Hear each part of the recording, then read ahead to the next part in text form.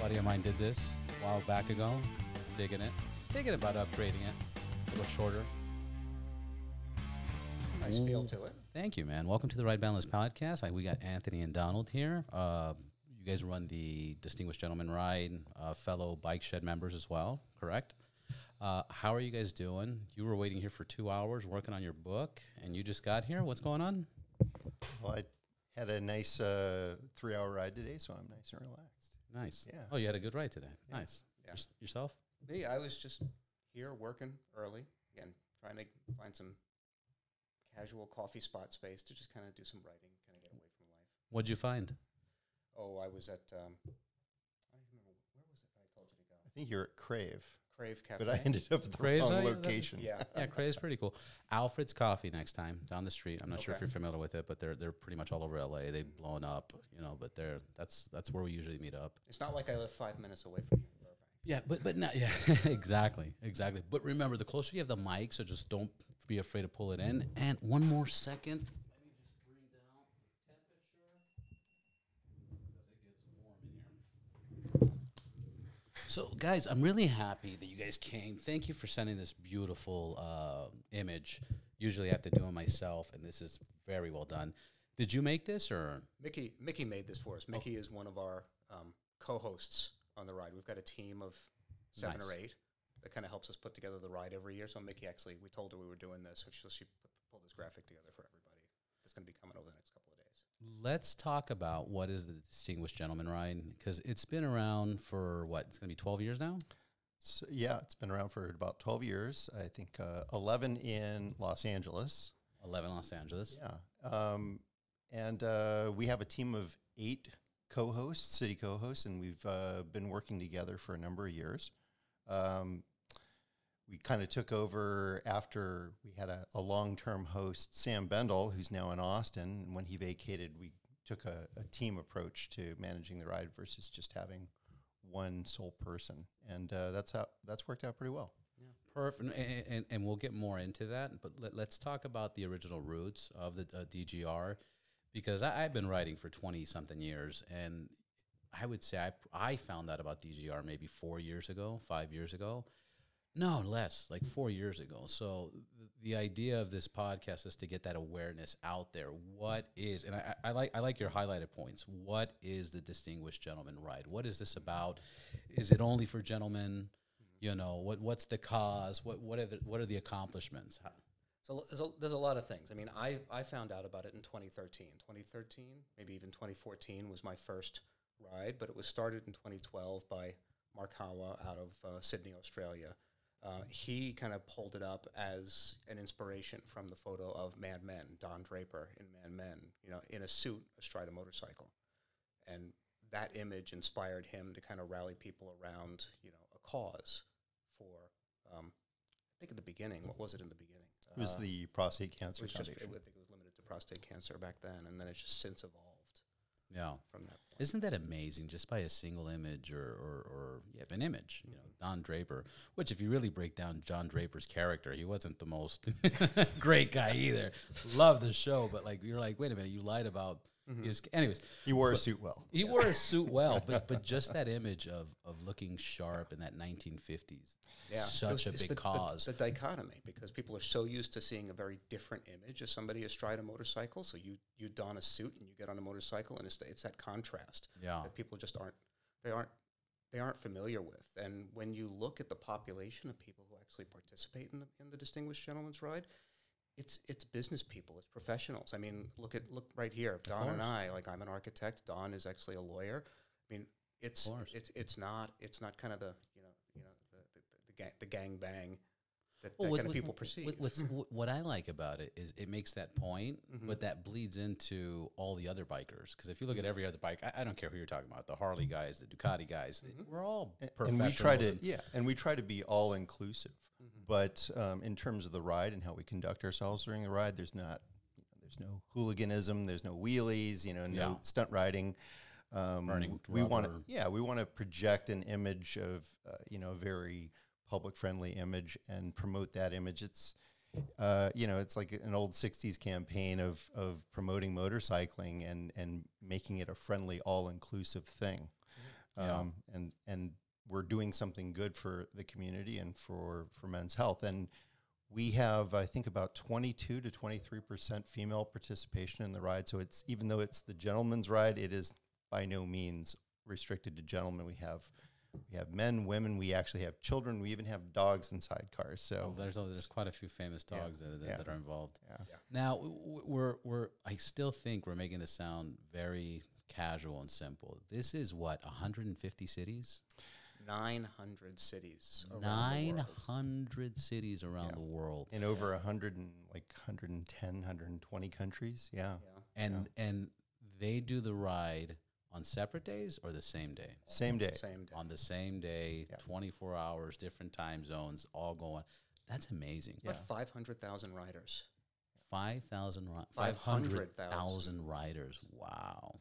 And akin to, when they did Live Aid and Phil Collins performed in, 2 different locations, Mark Hawa, I think he rode in the Sydney ride and the Hawaii ride, both in one day. Whoa. What's the flight from Hawaii to Sydney? He had the benefit of the international date line. So right. Yeah. But how did that, I get it because of the time differences and they're ahead and one's back, but how did that work? Like he started in Sydney? He started in Sydney, jumped a plane, and got to Hawaii. And Hawaii is the last ride on the planet, essentially. Wow, that's amazing. Yeah. Amazing guy. I'm actually releasing his episode this Wednesday, so that's going to go live. We had a wild interview. Like, it was just crazy. You had Anthony Partridge and oh my God, it was Scott. insane. The table was covered in alcohol. What's going on? Men's health. Like, no, but it's amazing the cause he's created. It's amazing. Now let's talk about LA for a second. How has LA been receiving this? And talk about the process of closing down the streets and these rides and how intricate they get. Well, in LA we've evolved quite a bit. Now it's a much orderly procedure, and we have police style escorts escorting the bikers. We have about 650 bikers that we're planning for this year. 600. Yeah. And in the past we've done between 600 to 700 motorcycles, depending on the venue and what it can support. In the early days, we had rides that had over 1,000, and it was just mayhem. 1,300 riders. Yeah. So we've tried to limit down the pack, because otherwise you get spread over literally over 2 miles and it becomes unwieldy. Yeah. That's insane. That really big year, I remember we were going down Santa Monica Boulevard, and I was towards the back of the ride, and I hit that crest on Santa Monica. Yeah. I could not see the front of the ride. It was easily 5 or 6 miles down ahead of us. That's so wild. Yeah. That's so impressive. Mm-hmm. And then the ride setting, okay, so you guys have a police-style escorts guiding the rides. Everybody, like you said, there's no hooligans. There's nobody trying to show off. Everybody pretty much follows the trail. It's not the fastest ride in the world. No. But everybody cooperates. It's a beautiful sight to see. I mean, everybody stops. Well, the cars have to stop, but people stop and take pictures and videos. And then usually, where does it end up? And then where it ends up, let's talk about some of the sponsors in the local community, how they can get involved. Well, we've started and ended. We make the ride different every year. Yeah. The participants actually don't find out where the start and end point is until a couple of days before the ride happens. So an example of previous years would be the Greek Theater, Bike Shed. Once we close down the street out in front of Westfield Century City, we've hosted the ride on Santa Monica Pier. We've started from a parking lot. I mean, it runs the gamut. Yeah. The biggest challenge with that is finding a host location that's okay with the fact when you call them up and say, hey, we'd like to bring 500-600 people on motorcycles to your venue. Yeah. And only. Only. Yeah. And sometimes the response is with a little trepidation because of their perception of the motorcycle community, and the other times it's okay. Well, how much we have to talk about them, how much they're going to charge us to use one of those spaces. And typically in LA, when you want to close down a street, you have to have the permission of 2/3 of the occupants in the street. So it was very easy in Bike Shed to close down Industrial Street for the last 2 years because there weren't that many residential occupants, but they just opened up a new condo building.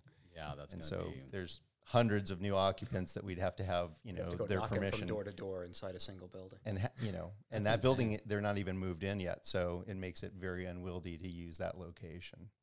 Yeah. So you need 2/3 of the occupant. Wow. So never again. Well, I don't want to say that. It's possible. But yeah. It's just work. Yeah. But we are including Bike Shed. Bike Shed's had such a great commitment because Vicky and Dutch have actually been the city hosts of London, the London DGR, for years and years. So they very strongly support the ride, the cause, and we're talking to them about having a pre-fundraising event there to kind of kick things off, bring awareness, get everybody involved, because we have fundraising start 2 months before the ride. A lot of people kind of trickle in, and we'd like to kind of front load it and start off with a bang. Right.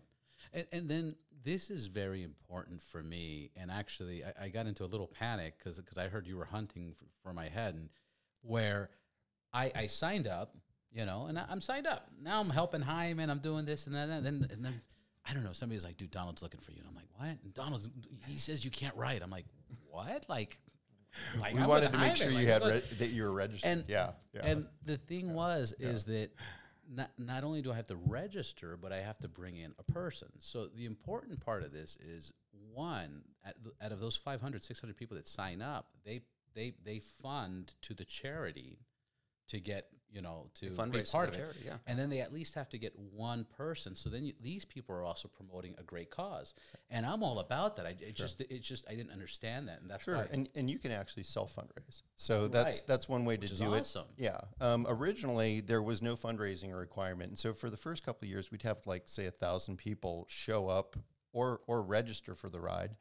And, in the beginning, a lot of people didn't even register. So there's insurance issues with that. But, we wanted everybody registered. That way, if anything happens, there's insurance for the event.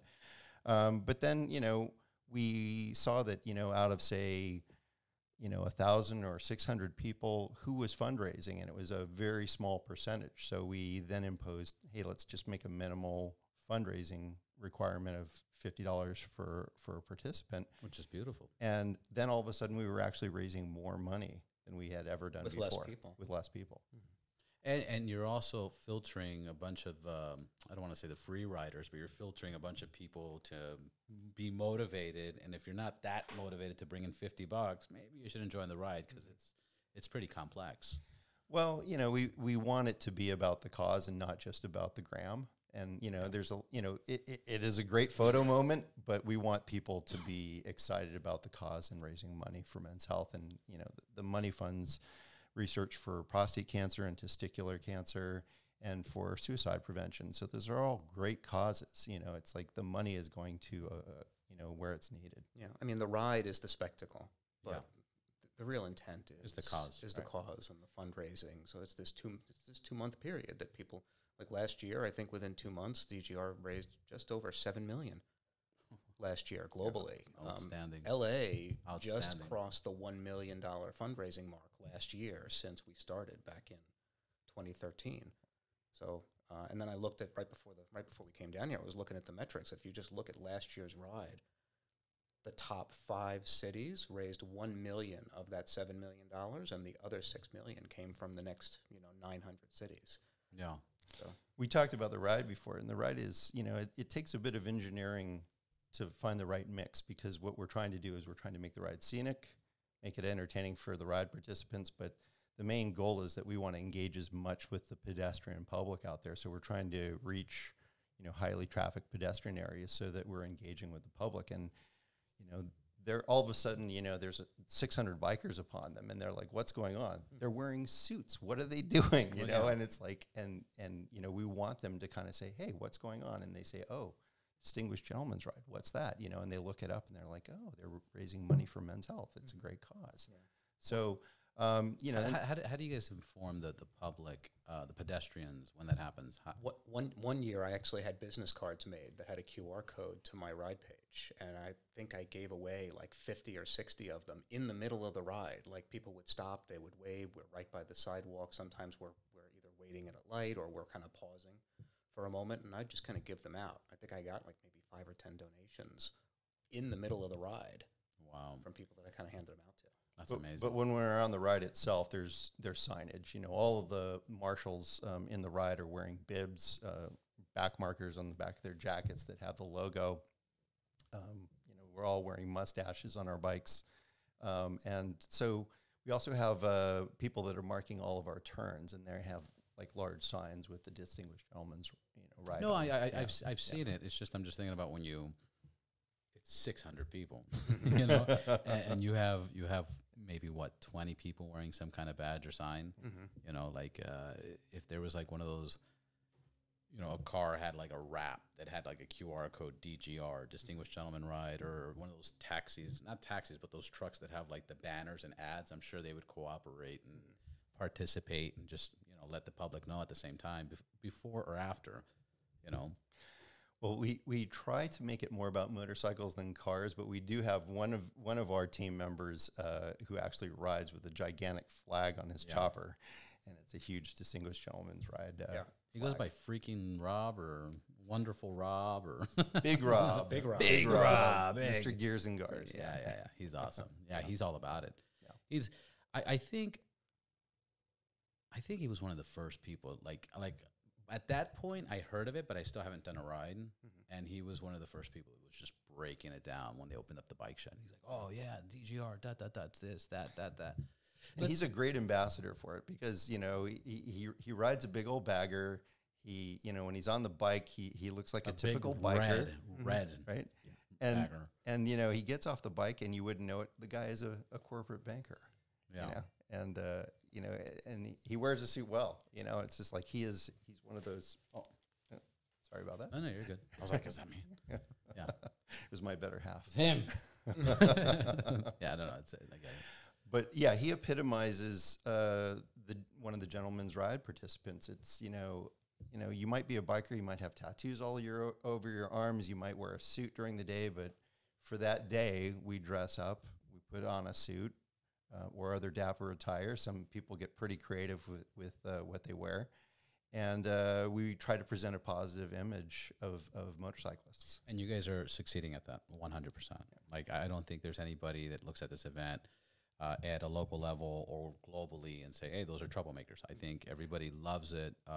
People get excited. There's just so much excitement. One, you got a bunch of elegant dressed people. Two, you got cool looking motorcycles. I mean, some of the what are some of your favorite bikes on this ride or that you saw last year on this ride? Well, we get a lot of custom builders that participate. So we always get some interesting things. Last year, there's this guy, his Instagram handle is like Von Janical, and he has this humongous chopper that has like, you know, probably like a 6-foot front end. It's ridiculous. Yeah. Turning on that. Everybody loved that thing. That was a spectacle. Yeah. There was another guy in a Harley tuk-tuk, and that got a lot of eyeballs. So, you know, not something you see every day. And the sidecars. Was that the blue and white plaid was the big chopper?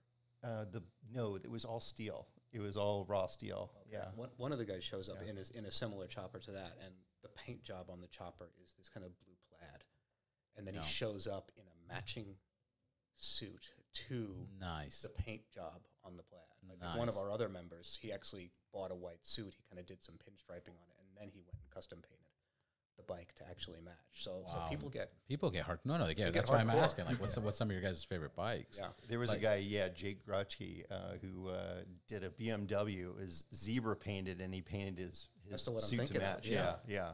Then there's this guy in this gray suit over here with the mystery man with the chrome helmet. That's the guy sitting next to me right there. That's me. That's a sharp looking dude right there. Yeah, that's a great suit. Color coordinate to the bike. Jaime last year, he was the, what do you call it, the ambassador? Or he was one of the global ambassadors. The global ambassadors. He was so all about it that he went crazy on his Triumph. Like if you look at the upgrades on that bike, he did really good. Rob always, like you said, he brings up that big flag. Yeah. You know, people get down. Mm-hmm. Is there a competition of like the best bike or voted bike or something? You know, there's so much you could do with this. We had that back in 2014, and there was best scrambler, best cafe. We had those kind of competitions. We might bring it back this year. We usually give prizes are usually for the top fundraisers for the city, but it's definitely something we should think about. Now, one of the fun things that I want to talk about, if you guys can highlight, is once we get to the destination. It's a big party. There's local sponsors. I mean, let's talk about that. How do you guys set that up? And can people sign up and get a booth there? And how does that work? And how many people show up after? Does everybody from the ride show up and hang out? You know, there's food, drinks. Let's talk about that. Well, it's everybody in the ride and then some, friends and family, and then even bystanders. And, you know, in the past we've had public areas where, you know, it's open to the public. We did that a couple of years back at the Santa Monica Pier. So we had thousands of people that were just coming to the Santa Monica Pier because it's the end of Route 66. And they showed up, and all of a sudden, you know, and they're in the midst of essentially like a classic style motorcycle show. Yeah. And, you know, and wowed by that. Last 2 years, it's been at the bike shed. So we've had people just, you know, happen upon the bike shed, people that were going to the bike shed and said, oh, hey, there's a party here. Yeah. And we welcome that. You know, we're trying to. But how many sponsors, how many booths do you guys have? Because we know a lot of the people and the families, but like, what does that entail? We usually have somewhere around 10 sponsors, 10 or 15 sponsors. Yeah. It varies. I mean, sponsors is a big part of the ride because we do have costs. You know, there's of course. Closed down the street on Westfield Century City. There's cost to kind of do all of that permitting. There's a cost to, you know, pay for the motorcycle escort that kind of shuts down all of the lights as we go, as kind of we pass through areas. Some venues, like we were at the Greek last year, we had to pay for that location, and every dollar we spend there comes out of, you know, a dollar that doesn't go to the charity. So the sponsors are really helping us to offset those costs. We're doing two things. We're trying to work with the venue to reduce their cost that they would typically rent the venue for, and then trying to find sponsors, city-specific sponsors, to offset that cost so that the money that the fundraising is accumulating goes to the Movember Foundation. And then let's talk about that, the Movember Foundation. We mentioned that when this originally took off, it was men's prostate cancer and testicular cancer, and now it's much bigger than that. Now it's Movember. Who's Movember? Movember is always involved. Triumph is awesome for being in this. Quadlock. Let's talk about the current sponsors and what they're about. Well, Movember is the charitable partner and beneficiary of the ride, and their mission is to promote men's health, and they are funding programs for prostate cancer and testicular cancer and for suicide prevention. Yes, the original charitable partner was the Prostate Cancer Foundation, but that morphed. And the mission became bigger for men's mental health because they realized a lot of men that were suffering from prostate cancer were also having effects of mental health. And mental health, just as a larger problem, you know, in the world, it's something that's, you know, there was a big stigma about admitting that, you know, you might have a mental health issue, depression or some other condition. As a man, especially, yeah. And the idea of the, you know, part of this cause is to try to break down those stigmas and to say, hey, it's okay to talk about it. Yeah. Giving people permission to talk about it is really where the big focus is. And Movember, and I've interviewed Movember too, and this, I just want to bring all these points up again. Movember offers a hotline where somebody can call in if they're feeling down. The cause and the awareness is to promote that, hey, men around the world are going through this. It's normal. Talk about it. You know, that's like one of the main things, right?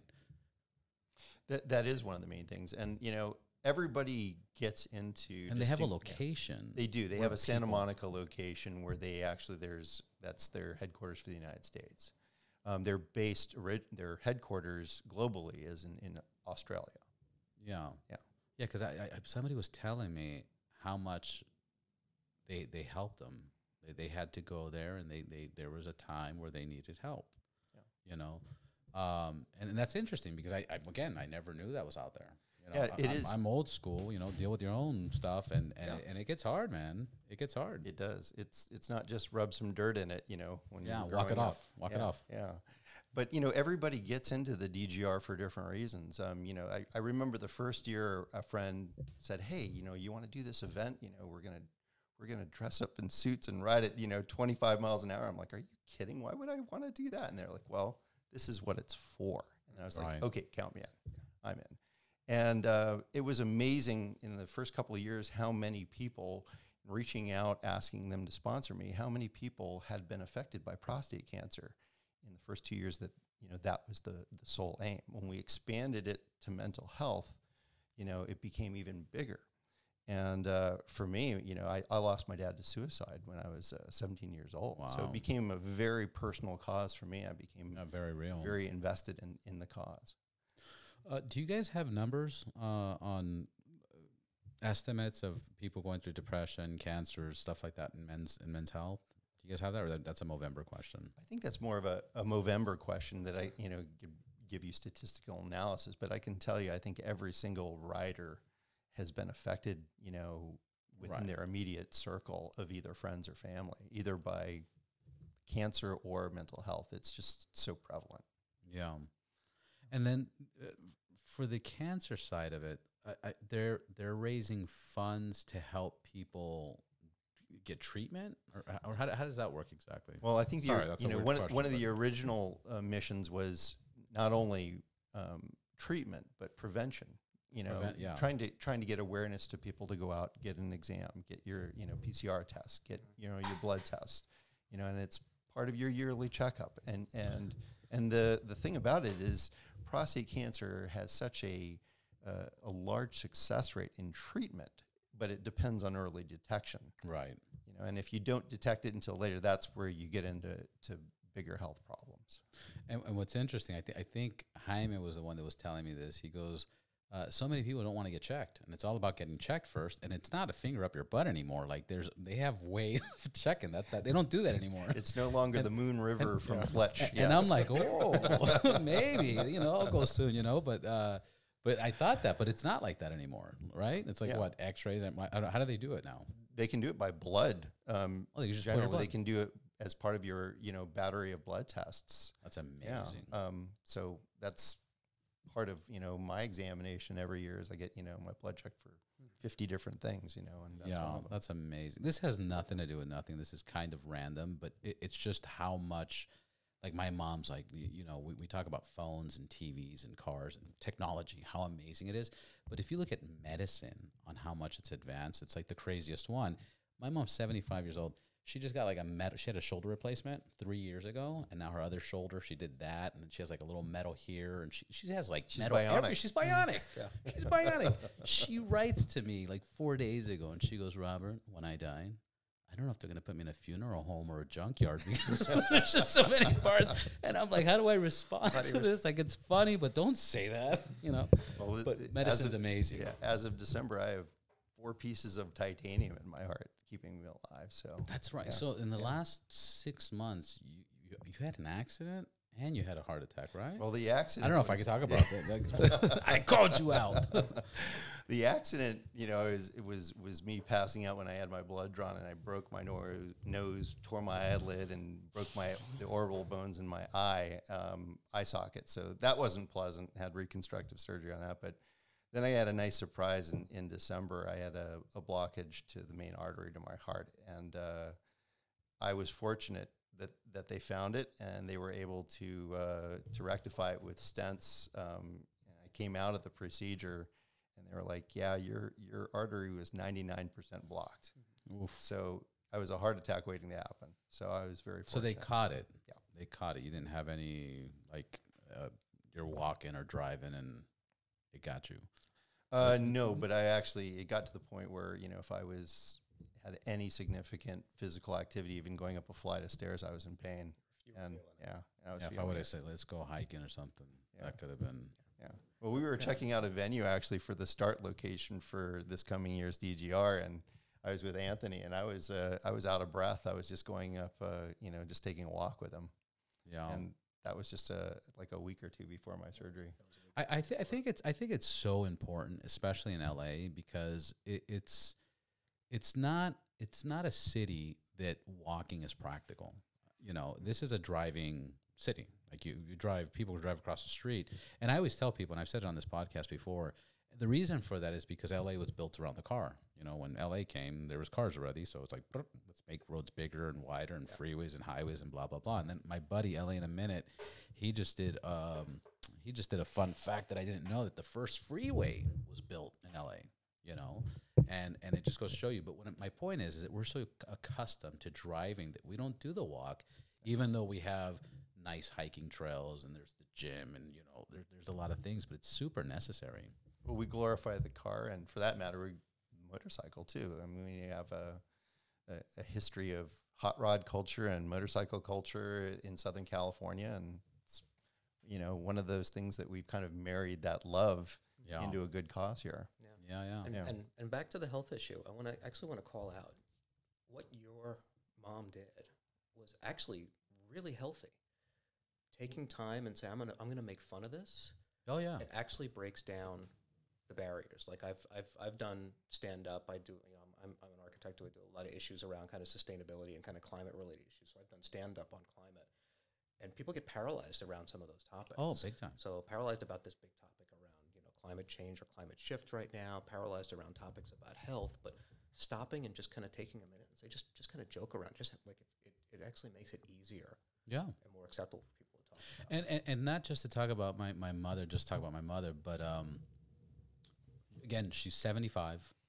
She looks like she's 48 or 49. She acts like she's 14 years old. Mm-hmm. You know, like I'll be like, hey, Mom, don't leave the plate here. And she'll be like, I'm leaving. She has like this Ricky Ricardo accent. She's been here 60 years, and her English still is like Ricky Ricardo. And she's just hilarious. She has fun with the doctor. She has fun with the nurse. She's just happy, you know. And she sees it as a joke. This joke did catch me off guard because I'm like, when I die, funeral home or a junkyard, and it took me a second. Like, oh, she's talking. Then she sent me the X-ray picture, and I was like, oh, okay, I get it. That's where it's coming. But yeah, that's definitely a way to take it. But some people can't make fun of it. Mm-hmm. Some people get traumatized. You know, like again, welcome back after your incident. But you know, some people will have that, and they're just afraid of the world now. You know, and for that, it's how do you lead with empathy, right? Like, you know, talking about mental health, like we all have these little stories around why we get into this. And remember, I was at work one day, and I walked past somebody and kind of did the sup as you walk by, but it looked like something was wrong with him. So made a point to kind of go to his desk later. I'm like, hey, how are you doing? He's like, no, I'm fine. Everything. Kind of forgot about it. 2 or 3 days later, he walks up to my desk and he's like, yeah, I was really in a bad way that day, and he let me in on what was going on. He's like, but thank you for noticing, or thank you for saying something. And he's like, it meant a lot. And it's just stopping and noticing and paying attention and kind of giving people permission. Yeah. To kind of talk about those things. There was it might have been a social media reel or whatever the case is. I find them very informative. There's a lot of informative ones. Some people are like, it's social media, bullshit. But I find a lot of informative. There was one, or it might have been something I watched. There was one where they interviewed this detective, and he worked with a lot of people that did, suicide cases. And they asked him, was there one that ever stood out, just randomly? And he goes, yeah, there was a guy that jumped off he jumped off a building, very typical. And when we went to his house, because we're always looking for the note, we went to his house, we found the note. And the note was that he was just not satisfied with his house, or with his life and the people he works with and relationships or anything. But what stood out about that one, and I get goosebumps on this one, what stood out about this one is he goes, I'm going to go walk 2 miles to this building, and I'm going to jump. If anybody says hi to me, I won't jump. And that's what got him. He was like, fuck, man, like 2 mile walk. Like, what's a 2 mile walk? 40 minute walk. Nobody looked or acknowledged or said hi. And it goes back to the point that you're saying. Sometimes we just need that human touch. And we don't have it, especially now. I just on the last podcast I did with Dutch is like, I'm almost 60 years old. I didn't have a cell phone or social media growing up. I check a few emails, and all of a sudden, I'm done, sent, and I'm on Instagram. I'm scrolling, and I'm like, what am I doing? I've been here already like 20 minutes, 15 minutes. And it catches us, but now it's even more important to like just say hi to people and, hey, have a good day. I remember I was hiking a few months ago, and I'm just minding my business. I was recording. I was like, look at how beautiful. And then somebody was like, they said, God bless you, have a beautiful day. And I was like, God bless you, have a beautiful. And I was excited. Yeah. I caught that moment. I was like, oh my God, somebody said, God bless. It's weird. It is strange. I grew up, in a suburban neighborhood of Orange County where everybody had their front doors unlocked, and every parent knew everybody's kids Not looked anymore. after them. And that doesn't happen anymore. We live these very insular lives, and we drive everywhere. We don't connect with people as much, and so it becomes more important to notice people. Yeah. We're so caught up with what we're doing and where we're going that gosh, I don't know half of the neighbors on my street because they just keep to themselves. Yeah, we're unfortunately transitioning to this world where everybody's living and interacting behind a screen. Yeah. Well, and to add to that is we spend so much money on making our space comfortable, and you don't want to leave, and you want to stay in here. You want to be like, and this is one of the main reasons I love the podcast, because we wouldn't be talking if I didn't have the podcast. I have almost 130 episodes, and I've had these intimate, awesome conversations one-on-one where I could be like, hey, turn off your phone. Let's talk about it. And this doesn't exist anywhere else that I know of. Like, this doesn't exist. If we're not doing business, or if I'm not a client or you're not my client, what are we going to talk about? Nice break. Right. You doing better? Cool. All right, let's drink, shots, cheers, see you later. So, but I guess the message for this part of the podcast is say hi to people, be friendly, say hi to your neighbors, Care. And I mean, I think what ultimately is important in your life, is it how much money you make or your station, your job? No, I think it's about experiences and relationships, be those familial relationships or friendships, the people that you make your family and your circle of friends. And, that's what's really important at the end of the day. It's, when you've had your time, it's those experiences and those relationships. People around, You have to initiate. We have to initiate. And why don't we?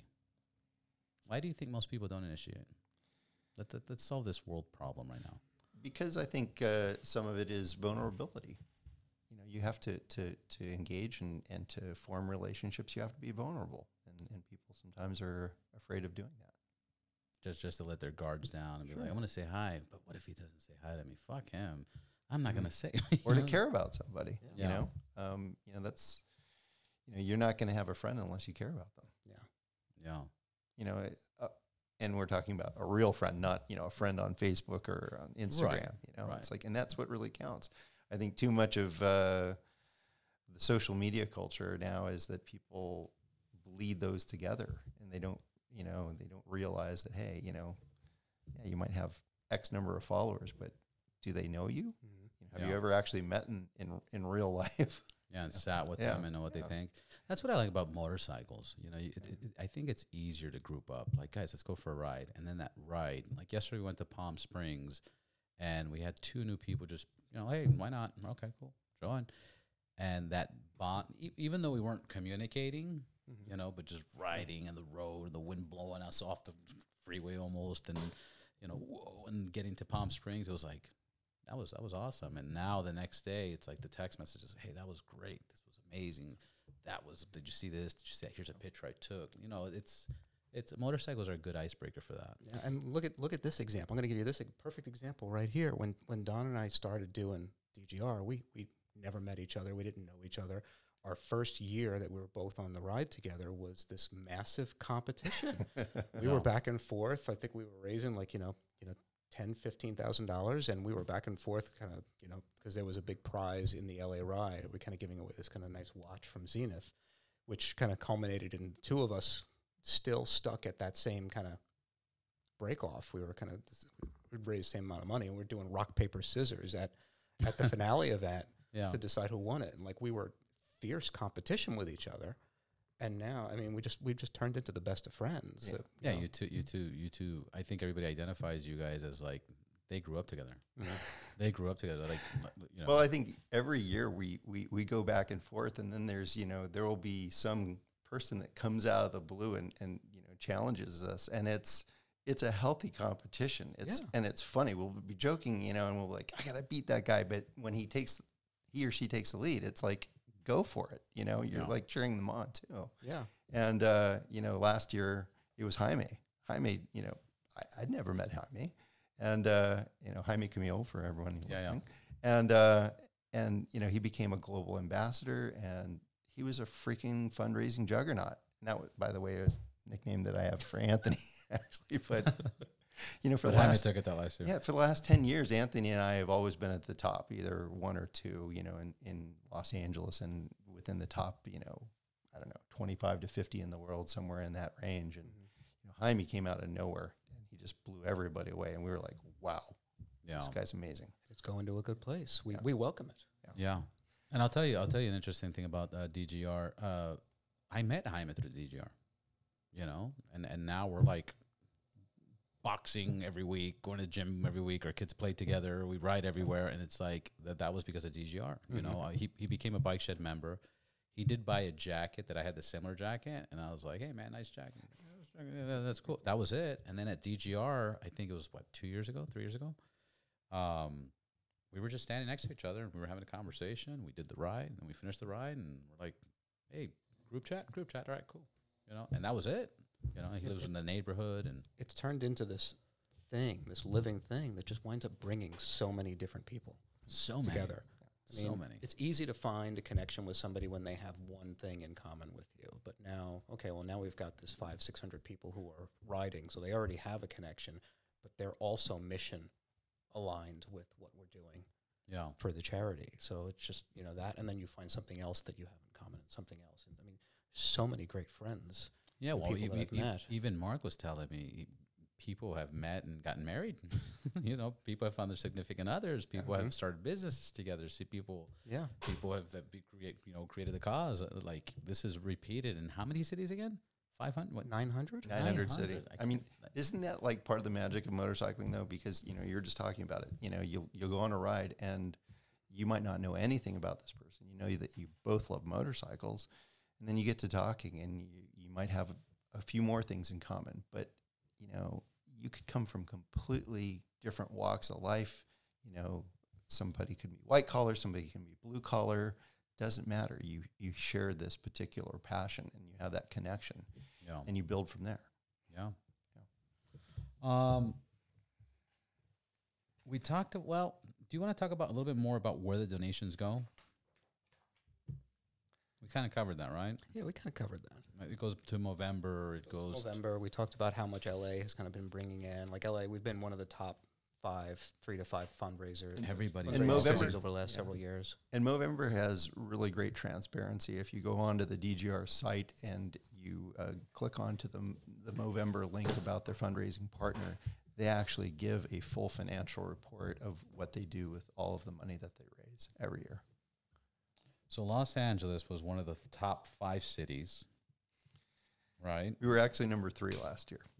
Yeah, we were number 1 for a second. We were for a hot second, and we finished only about $2,000 away from the top. It was between San Francisco, ended up number 1, New York, and ourselves. San Francisco ended up number. I thought it was New York and LA. And now another thing that I think is important for anybody who wants to fundraise. They give away motorcycles, right? They do. Yes, yeah. They give they give motorcycles away. Who to gives the top away 3 motorcycles and to who? Triumph gives, which is our global sponsor, gives away 3 motorcycles to the top 3 fundraisers. Plus, they have what they call the Gentlefolk Prize that they give based upon people's answers to a questionnaire of essentially what their ride inspiration is and what they believe, you know, to be the ideals of being a gentle person. Yeah. Be it a gentleman or a gentleman. And then you raise a minimum amount of money. I think it's maybe $200 or $500, and then you're part of, and that's given away kind of a raffle style. Interesting. Because I think people that want to raise money or have connections to raising money will be like, oh, I'm interested in this. So that's globally. And I think the top 3 fundraisers, they on average raise anywhere from like $130,000 on the high end to like $80,000 on the low end.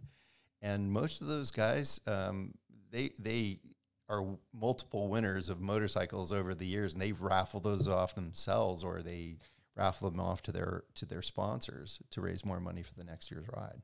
That's amazing. Yeah. I think that's a very important thing. I think the getting tested for prostate cancer and it's blood now is very important now. I think that the ride is open for everybody is important now. Random question: Why is the meetup spot and end location a secret? I can guess, but you know, I'm sure. I guess wrong. If we harken back to the days where it was public information, you'd have, close to 2,000 people showing up and not registering and not fundraising. So we wanted it to be an enjoyable experience for those people who put in the effort to fundraise, because it is a lot of work to go out and fundraise it. And some people, we're talking about, I probably harass the living bejesus out of every single friend and family and business connection that I have to raise money every year. Yeah. And some people don't want to put in that effort, but they want to show up and put on a suit and have their photo taken. We want the experience to be more about the people that are putting in that work and raising money for Movember. Yeah, make it more exclusive and private. No, and I guess that. I'm just asking Well, we want it manageable. We want it to be a manageable enough group to where we can provide a ride that flows easily through the city, and we can complete the ride in an orderly fashion within 60 to 90 minutes, so that everyone arrives at the end location fresh, and they're not worn out from a 3-hour experience. Right. And we want it to we want to reward those people that are putting in that work, rather than just having people glom on and glom onto the ride for their own purposes, not for fundraising. Yeah. And we want the ride to be safe. Again, the bigger the ride, John kind of said this, the bigger the ride is, the more unmanageable it becomes. Like, we have to we have medics on the ride. We'll have a tail car or a follow car on the ride in case somebody breaks down, get off to the side. We go through a safety briefing. We want to make sure that this is safe, and we haven't had very many incidences at all in the LA ride. Even it's for amazing. 600 people, 500 to 600 people, that's a large group ride, and there's a lot of logistics that have to go into that. I mean, the 1300 year was, I wasn't part of the organizing team when we were 1300, but I have to imagine that was just a challenge to kind of get all that for sure coordinated. And then for new listeners, where can they donate? So what they ought to do is they ought to go on to gentlemansride.com and pre-register for the ride. And if they're going to participate in the ride, they can pre-register now, and that way when fundraising starts on March 25th, I believe is the first day of fundraising, they'll be able to start doing their fundraising campaign and soliciting donations from people.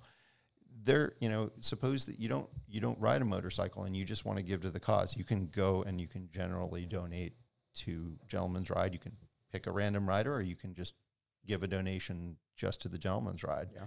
Or to a specific city, or you just find somebody that you know. Like, if you know somebody, you can just donate to their ride. On top of that, we also have a lot of, we can't stress enough, we get a lot of volunteer support. We have friends and family that show up and they help with, rider check-ins, staging the bikes, directing the bikes, helping with all the logistics involved on the day of the ride. Yeah, for a 600-person ride, we're probably looking at close to 100 volunteers. Wow. Who can help us pull all this together.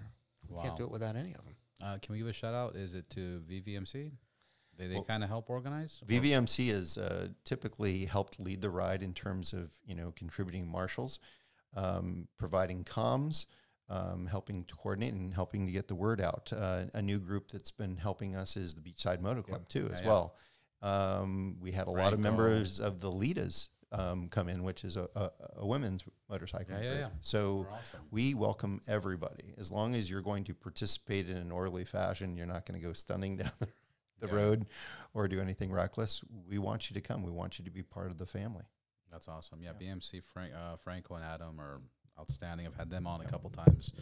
Another question. You're the attorney, so you gotta I don't want to get in trouble here. Donations are a tax write-off, right? They are. Absolutely. Okay, so if I donate 500 or $1 million or 1,000, tax write-off. It's a 501(c) corporation. It's you get your tax deduction at the end of the day. Yeah. So that's good. So you're doing a good cause, and you're going to save money on your auto insurance. I'm kidding. Yeah. Any other thing that we missed, or you guys want to cover on this? Because the other part to this is we're going to have other members of your team on the show. And I can't stress that enough. We have a team. It's a team effort. We have 8 people on the team that contribute to the effort, and then even a wider band of volunteers on the day of. But it's the team that gets the ride organized, that finds the venue, that finds the sponsors, that coordinates the ride route.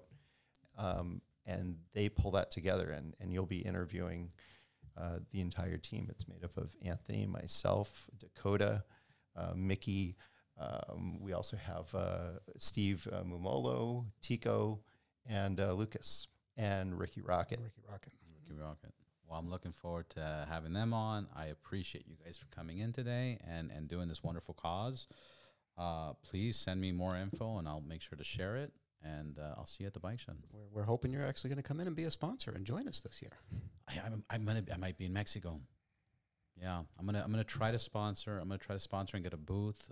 But Jaime is gonna launch it this year in the city of Mexico, and he asked me to come, and I was honored because I think that's gonna be awesome. Mm-hmm. His connections out there are amazing. Yeah, he knows a few people in Mexico.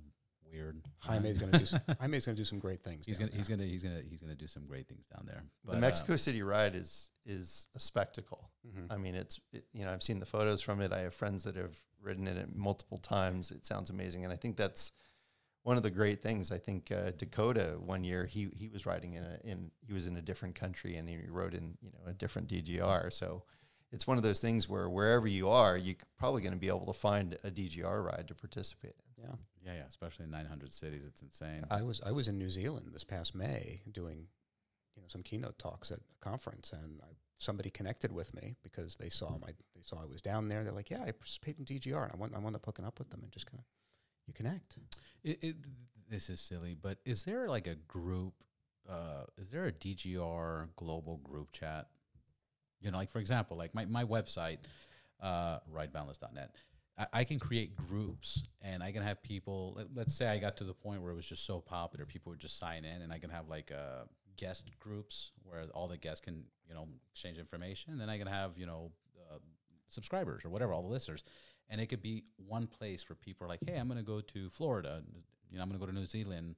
Is there something like that for DGR? There is some of that. There's a network of Facebook group. Well, we do have Facebook groups, but within the ride organizing community, there are like as the ride approaches, there are weekly meetings where new city hosts and old city hosts will get on a Zoom call together and help each other out. I've had multiple DGR city hosts DM me on our Instagram page, Distinguished Riders of Los Angeles, or not Distinguished Riders of Los Angeles, and they'll reach out to me from other cities and say, hey, I'm going to be starting, hosting this new city, and like, hey, here's my number. Yeah. Like, reach out to me with questions. You're going to have questions, right? And a lot of them, it starts off as like a 10-person ride or something like that. It's very manageable, but then you have to scale up, and then you have to bring in, escorts to block traffic to make it orderly. And it's so intricate. Yeah, things get, as you scale up, things get more complicated. So we try to make ourselves available to anybody who wants our help, wants us to share our experience. And then a fun question. Well, not a fun question, but what's the most, because LA's so crazy, like, you'll go down one street and then the next day you go, it's closed down because they're doing construction, or there's a premiere, or there's a movie. Has there been anything that's ever made you guys have to detour? Yes and yes. How was that? Well, I mean, when we're planning the ride, we're doing, especially the last 6 weeks before the ride, we're doing mock rides, and we're testing out routes and finding out where there's going to be construction. But there have been instances where all of a sudden it's 2 days before the ride, and we're doing a practice run, and they're tearing up a street, and we have to figure out a fix. We have to detour, and we've been very good at being able to. Sometimes. Yeah, it is. You can't just use Waze and just wing it. I'm kidding. I think the first year that I did it back in 2014, we did do something like that, and we ended up diverting a pack of 600 riders through a residential neighborhood in like Brentwood, and my goodness, and it caused absolute pandemonium because we didn't have any escorts. We just had the VVMC guys blocking traffic in major intersections, and it was pretty hectic. Now smoking we try to do cigarettes and showing their mom. I'm kidding. Now we try to do it a little bit more orderly, and with those same guys, we're just getting more help. Yeah. But when you're organizing a 20 to 25 mile parade lap through the city, through any city, but through the city of LA, you're always going to run into some kind obstacles. of obstacle. And we're always, the rider safety is paramount. We're always trying to think about the fact that there are a lot of new riders that are excited about doing the DGR, and we're trying to make it as safe as possible for them. Yeah. We're looking at, like the lowest common denominator, like can somebody with limited skill set and experience this safely? And we want that to happen. And then I guess my last question would be for the volunteers that you're talking about. How, if somebody wanted to volunteer, who would they contact? How would they get a hold of you? You know, the easiest way is that they can DM us on our Instagram account, Distinguished Riders Los Angeles. Okay. And we will take down their contact information and we will funnel them into. We have a spreadsheet of all of our volunteers and where they can be allocated and what they want to do. Some people want to help with certain aspects of it, be it helping with registration check-in or parking or route guidance and whatnot, or the after party event. Yeah. And there's always we always have availability. It's more of an issue of trying to figure out where we're going to put somebody. Right. Yeah, manning it. There's enough stuff to get done. Yes. That we can we can use all the help. Mm-hmm. Well, gentlemen, I think that's it. Do you want to add anything else? Thanks for having us. This has been amazing. Well, thank you, guys. I really appreciate you guys coming out here. I know it's your first trip to the Valley in a long time, so thank you for your sacrifice. It wasn't that bad. Come on. No. I have a sister that lives in Woodland Hills, not too far from here. Yeah. Okay, yeah. Nice. Well, gentlemen, thank you so much. Thank you. I'll see you at the bike shed. Absolutely. Yeah.